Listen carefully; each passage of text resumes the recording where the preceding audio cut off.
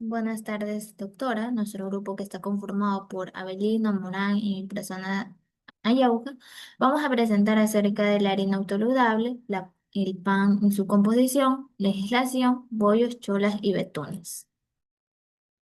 La harina autoludable, su composición. La mayoría de este tipo de harinas va a estar conformado por una mezcla de harina, bicarbonato de sodio, aproximadamente 1,15%, y fosfato ácido, aproximadamente 1,5%, aunque también posee fosfato ácido de sodio y fosfato ácido de calcio. Y la harina que se usa proviene normalmente de trigo suave. Sin embargo, el reporte de la FSC en 1960 estableció que no hay una razón para que no se utilice cualquier otro tipo de harina, siempre y cuando se use la descripción apropiada. Y los reglamentos, tanto del pan y la harina, prescriben un mínimo de 0,4% del dióxido de carbono disponible. Y no se prescribe una cantidad máxima para el dióxido de carbono residual. Y este tipo de harinas debe cumplir con todos los requerimientos generales para las harinas. Ya. Con respecto a los análisis, debe incluir un examen microscópico, determinación de dióxido de carbono residual y total, cenizas, posibles microorganismos, como es el caso también de la detección cualitativa del ingrediente ácido. Y el dióxido de carbono disponible va a ser la diferencia tanto entre el peso total del dióxido de carbono en harina y el peso del dióxido de carbono residual de la harina, que también esto va a ser determinado mediante un analista, y también se va a definir como el reglamento del pan y la harina. El dióxido de carbono total, este se va a determinar por la certidumbre entre el peso de la harina, que va a tomar consistencia por sí misma, es tratada ya sea con un exceso de ácido sulfúrico diluido, y esta evolución se va a hacer completa por medio de una ebullición, aproximadamente unos 5 minutos, o por presión reducida. El dióxido de carbono residual, este se va a determinar tomando no menos de 5 gramos de harina autoleudable. Esto se debe mezclar con agua destilada hasta formar una pasta suave, aunque ya formada esta pasta se debe agregar aún más agua destilada, no menor a 20 veces el peso que ya se tomó la harina. Asimismo, calentar la mezcla a baño María durante 30 minutos, agitarlo durante 5 minutos pasado medio minuto. Luego la mezcla se hierve durante 3 minutos. Se debe agitar vigorosamente y luego se va a transferir un aparato que se va a medir el dióxido de carbono, y a través del cual va a pasar aire libre, que es el dióxido de carbono, durante 10 minutos. Y el dióxido de carbono residual es el peso desprendido cuando la harina autodegradable se trató con exceso de ácido sulfúrico, y este desprendimiento se completa por ebullición por 5 minutos o por presión inducida. Y en sí, este tipo de dióxido de carbono residual va a ser, eh, se va a utilizar diferentes métodos, como es el método gravimétrico, gasométrico y volumétrico. ¿Ya? El bicarbonato de sodio, el contenido bajo de bicarbonato de sodio en harinas autoledables también es la sulfatos de calcio, contribuyen al dióxido de carbono total en la determinación por el método usual, y se debe colocar asimismo 17 gramos de harina autoludable en un matraz, en un aparato gasométrico de Schittig, y la solución en una buretra de gas, y se debe ajustar a cero. Asimismo, se van a añadir 45 ml de la solución fresca del fosfato ácido de sodio entre un 2,5% del peso sobre el volumen a la harina. Se debe mezclar, agitar durante 2 minutos y dejar en reposo durante 5 minutos. Asimismo, luego se lee el volumen de gas producido, y por el mismo método también se debe corregir tanto la presión y la temperatura, y se puede calcular el dióxido de carbono producido por el bicarbonato. Y el dióxido de carbono total se va a determinar en el aparato usando 17 gramos de harina y 45 ml del ácido sulfúrico diluido, ya que va a aumentar el volumen del gas producido por el sulfato de calcio, que es más pequeño en ambas determinaciones y puede realizarse varias veces para obtener así la diferencia. Y con respecto a la adición del sulfato de calcio, no va a ser obligatoria en todos estos tipos de harinas, que van a contener calcio un 0,2%, lo cual debe estar presente si se usa fosfato ácido de calcio como un ingrediente ácido. Gracias.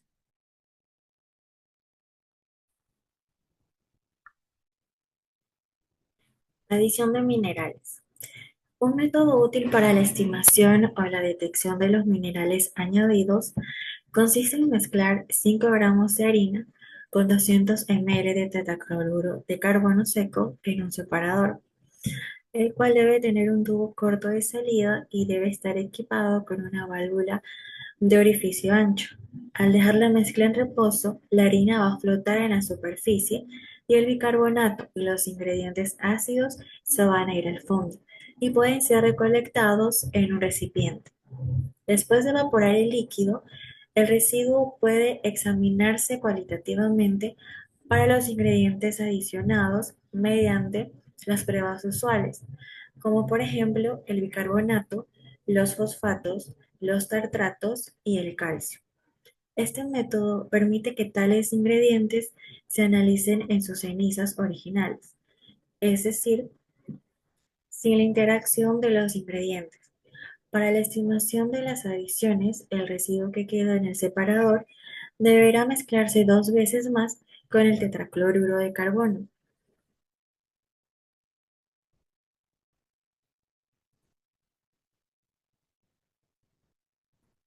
Pan. Composición.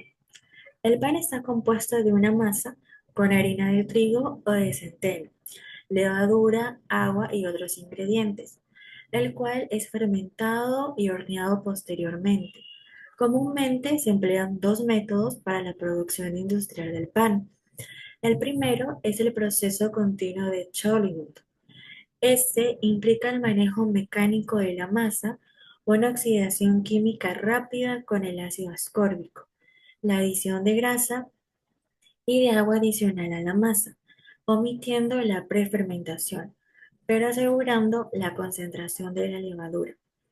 La inclusión del clorhidrato de L-cisteína a la harina para acelerar la molienda del grano y además los lípidos añadidos van a actuar como mejoradores y van a estabilizar la emulsión de la grasa, por lo que permiten reducir los niveles sin que esto afecte la calidad.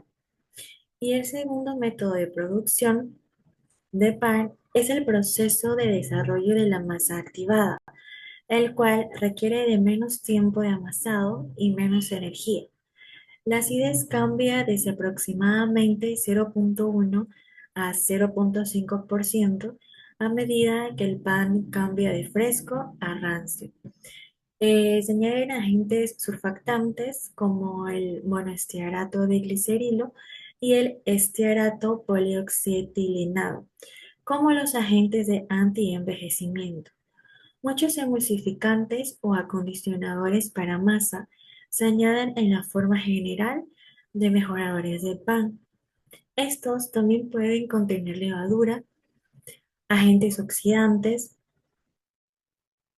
harina de soya, enzimas y grasas. El monoestearato de glicerilo es tradicional en la panificación como un suavizante de migajón y como un agente para el antienvejecimiento, pero ha sido sustituido ampliamente por los ésteres TAPTEM. Aunque algunos microorganismos rara vez causan problemas con la harina, hay algunas bacterias y hongos que pueden desarrollarse en el pan, como el Bacillus subtilis, el cual puede sobrevivir al proceso de horneado y particularmente si el pan se enfría lentamente o se envuelve antes de enfriarlo, es posible que lo haga chicloso. Aparecen manchas de color amarillo café, pegajosas en el migajón y aparece un olor similar a la fruta podrida. El otro es la Serratia marcescens, que el pan sangrante es el nombre que se le da a la condición provocada por esta bacteria, la cual causa la aparición de un color rojo brillante en el migajón. Otra forma de infección se debe al hongo que pudre el pan, que es la Monilia cytophila, que produce un color rosa salmón. En general, el crecimiento de los hongos se ve favorecido por el almacenamiento en condiciones húmedas y calientes. Continuando con el tema de exposición, tenemos lo que es la legislación del pan. Tenemos que los principales estándares reglamentarios para el pan se describen en los reglamentos del pan y harina de 1984, donde se especifican los ingredientes que pueden usarse para cada tipo de pan. Tenemos el pan blanco. Este debe prepararse a partir de una masa hecha de harina de trigo, levadura y agua que ha sido fermentada y horneada. Pueden estar presentes ingredientes adicionales de una lista restringida. Y en algunos de los casos también se pueden usar las cantidades permitidas para su uso sin afectar el nombre del alimento. También están restringidos en proporción al peso de la harina usada para hacer el pan. Dentro de los ingredientes permitidos tenemos la sal, los aceites, las grasas comestibles, la leche, los productos de la leche, el azúcar, el gluten preparado, el germen de trigo, las semillas de amapola, las semillas de ajonjolí, las semillas de carabea, el trigo malteado, quebrado, desmenuzado. También tenemos el trigo malteado en hojuelas, el centeno malteado y quebrado. También está la cebada malteada, quebrada y desmenuzada. También tenemos el ácido acético, el vinagre, el extracto de malta, la harina de malta y el huevo líquido o a su vez en polvo. También tenemos que pueden contener harina de arroz y de soya. Estas pueden estar presentes en un nivel máximo combinado del 2% del peso de la harina. El mismo nivel máximo se aplica para cualquiera de las harinas de avena, ya sean también las hojuelas de avena o los granos quebrados de avena. También se puede adicionar almidón que no sea modificado en una proporción de 225 miligramos sobre el kilogramo de peso de la harina. También tenemos el pan de centeno. El pan de centeno debe contener como un mínimo del 0.6% de fibra en base seca del pan. Se pueden usar todos los ingredientes permitidos para el pan blanco, pero adicionalmente el límite para la harina de soya va a ser de un 5%. También tenemos el pan de germen de trigo. Este va a contener como mínimo un 10% del germen de trigo procesado, así también como los aditivos permitidos para el pan de centeno. También encontramos el pan integral que se prepara a partir de la harina integral, sin la adición de las harinas de otros cereales. Se permiten los ingredientes usados en el pan blanco con la excepción de que el nombre del alimento debe indicar la presencia de la leche y los productos de la leche. El huevo líquido en polvo, también el germen de trigo, de la harina de arroz o de los productos de la avena siempre que se usen. También tenemos el pan de soya. El pan de soya están limitados sus ingredientes, como aquellos que están permitidos para el pan blanco. Con la adición del bicarbonato de sodio se hace la consideración para la venta del pan parcialmente horneado, siempre que el nombre indique que se requiere un conocimiento posterior. También están los reglamentos que contienen una tabla de aditivos que son específicamente permitidos en el pan, además de los aprobados para el pan y las harinas. Los anuncios de las etiquetas están sujetos a las cláusulas generales de los reglamentos del etiquetado de los alimentos. Dentro de los bollos, cholas y betunes, tenemos que después de las negociaciones con el Comité de la Industria de la Panificación sobre la confitería de las harinas, que se publicó en 1971, el Código de las Prácticas de las Lajas número 7, sobre los bollos, las cholas y los betunes, Eh, Tenemos que, aunque bajo la reorganización del gobierno, el código de las lajas se desintegró, pero aún es observado por la industria y por las autoridades, donde establece que los pollos deben contener valores expresados en porcentajes, que por lo menos deben contener el 5% de huevo entero o su equivalente en polvo, o grasa adicionada, o ambos ingredientes. También especifica que por lo menos el 10% de estos o ambos ingredientes juntos con el azúcar. También se establece que las cholas que tienen el mismo grado de enriquecimiento debe considerarse como los bollos. También especifica que los betunes son preparados para relleno o para decoración, hechos de mantequilla y de azúcar, con o sin otros ingredientes. Estas deben contener por lo menos el 22.5% de grasa de mantequilla y no deben contener grasa de otro tipo. En inglés deben aparecer indicados con una sola palabra, es decir, no como buttercream, ni tampoco separados como un guión, como butter-cream. Gracias.